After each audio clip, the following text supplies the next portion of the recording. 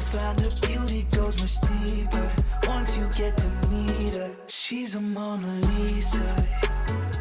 Olá, sejam muito bem-vindos a mais um vídeo. Hoje vamos falar deste livro tão polémico de José Saramago, O Evangelho segundo Jesus Cristo. Este romance é o livro mais polémico e criticado de José Saramago. É um livro que foi considerado bastante ofensivo pela comunidade católica e chegou mesmo a ser vetado de uma lista de livros candidatos a um prémio de 1992 e que no fundo foi a razão para Saramago ter abandonado Portugal e ter ido viver para a ilha Lanzarote nas Ilhas Canárias. Portanto, estão a ver o quão este livro influenciou José Saramago. No fundo também não consigo perceber muito o porquê de ficarem tão ofendidos com este livro. É só um romance, é uma ficção e a liberdade de expressão é um direito. Logo pelo título conseguimos perceber que este Evangelho então foi escrito por Jesus Cristo, a ideia é essa. Considero bastante inteligente da parte de José Saramago. Segundo aconteceu mesmo, segundo a realidade, não um Evangelho escrito pelos evangelistas, os evangelhos canónicos que nós conhecemos da Bíblia,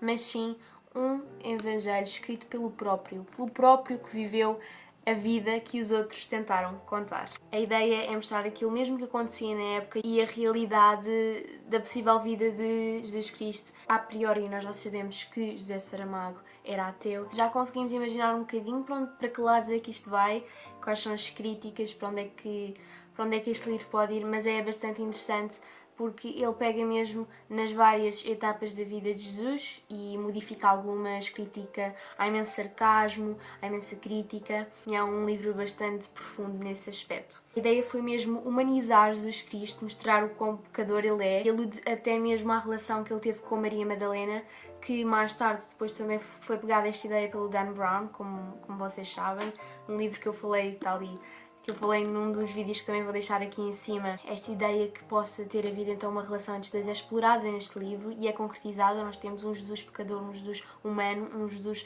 com incertezas, com pensamentos, com ideias que não foram tão exploradas nos evangelhos bíblicos. Mais à frente, depois de explicar um bocadinho das ideias mais, não digo superficiais, mas sem spoilers e sem aprofundar muito no livro, mais à frente vou então explicar-vos a minha cena favorita do livro, que acho que para muitos dos que leem é realmente o ponto onde nós vemos a maior crítica e onde vemos a perspectiva e a ótica de José Saramago. Mas antes de mais, queria-vos dizer alguns pontos em que ele toca.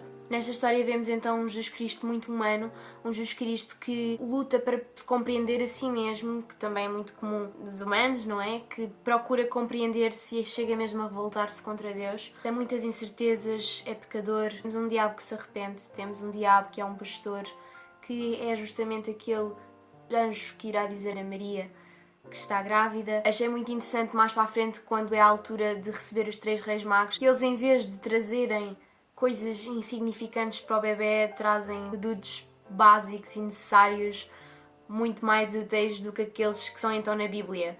Portanto, a ideia aqui foi então desvirtualizar, aprofundar mais a psicologia de Jesus, mostrar a parte toda de trás, a realidade machista que acontecia na Palestina da altura. E no fundo a ideia não é escandalizar os crentes e os não crentes que estão a ler a história, mas sim levá-los a voltar a refletir aquilo em que acreditam, abrir portas a uma reflexão. É um livro antidogmático, tem uma grande profundidade psicológica e a ideia também foi mostrar as consequências desta propagação da ideia da crucificação de Jesus, o sofrimento, as guerras e todos os problemas que aconteceram, protestantes, católicos, todas estas guerras, as cruzadas. O problema não é um Deus que não existe, porque sendo ateu não acredita que Deus existe, mas o problema sim é uma religião que o propaga e que no fundo é a religião que é então nociva à humanidade. O problema está nas religiões que depois se atacam. Agora gostava então de vos falar da minha cena favorita, que provavelmente é a cena favorita das pessoas que leem o livro, quando o diabo, Jesus e Deus se encontram numa barca os 3 a refletir. Jesus mais uma vez aqui bastante humano, com incertezas, acaba também por tentar perceber, questionar-se sobre certas situações e depois temos Deus e o diabo a conversarem. Deus diz a Jesus que ele morrerá na cruz, como um mártir, como o seu filho, e que no fundo vai ser uma vítima necessária para se poder propagar a fé cristã e para se espalhar de uma forma mais credível a crença no cristianismo. Portanto, aqui temos Saramago a mostrar um Deus bastante ambicioso, bastante fatalista, egoísta, castrante, que manipula e que no fundo vai fazer com que o seu filho, o seu próprio filho, morra para levar avante estas suas ideias e ter mais poder. Algo que Jesus, após se aperceber da situação, acaba por tentar desvincular-se dele e quebrar o pacto que eles têm. E Deus diz-lhe que é impossível, que está decidido e ele vai ser mesmo morto para servir Deus. Vou-vos ler aqui rapidamente uma mini passagem, foi realmente intensa, eu achei muito intensa. Serás a colher que eu mergulharei na humanidade para a retirar cheia de homens que acreditarão no Deus novo em que me vou tornar. Ao que Jesus diz, cheia de homens para os devorares. E Deus responde, não precisa que eu o devore, quem a si mesmo se devorará. Tenso. Ai, ai. E o diabo, nesta barca, ao perceber-se do que irá acontecer ao futuro da humanidade, guerras, sofrimento, dor, lágrimas, mostra-se bastante arrependido e pede mesmo a Deus perdão, que ele o volte a deixar ser um anjo. Porque no fundo este diabo passou a ser um diabo porque não concordava com a ideologia maléfica, com esta ideologia e esta soberania deste Deus completamente implacável. Deus recusa completamente a ideia de que o diabo pode voltar a ser um anjo, porque ele diz-lhe mesmo, e eu quero ler a passagem, porque ele diz que o quer como ele é, e se for possível que ele seja pior, seja o pior diabo que possa existir, seja o pior mal que possa existir. Porque este bem que eu sou não existiria sem esse mal que tu és. É nesta altura que nós vemos então que este Deus é maniqueísta, ou seja, acredita num mundo dualista, existindo então dois princípios antagónicos que regem o mundo, e para José Saramago não faz muito sentido, é inconcebível ter um Deus assim, portanto ele não existe.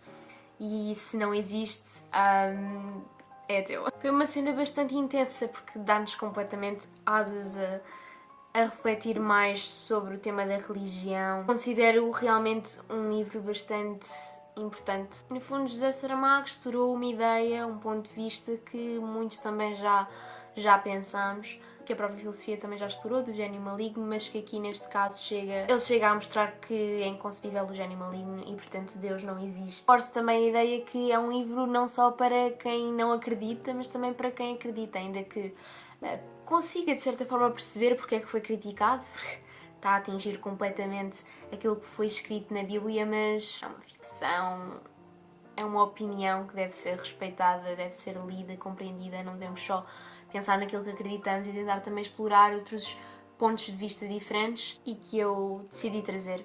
Tenho aqui alguns post-its de partes que eu gostei. Eu espero mesmo muito que tenham gostado deste vídeo, eu espero que vos tenha deixado aquele bichinho para explorar melhor este livro. Eu acho que não existe em filme, acho que não. O ensaio sobre a cegueira há em filme, mas este acho que não. E refletir, no fundo refletir após a leitura. Espero mesmo muito que tenham gostado mais uma vez e então até para a semana.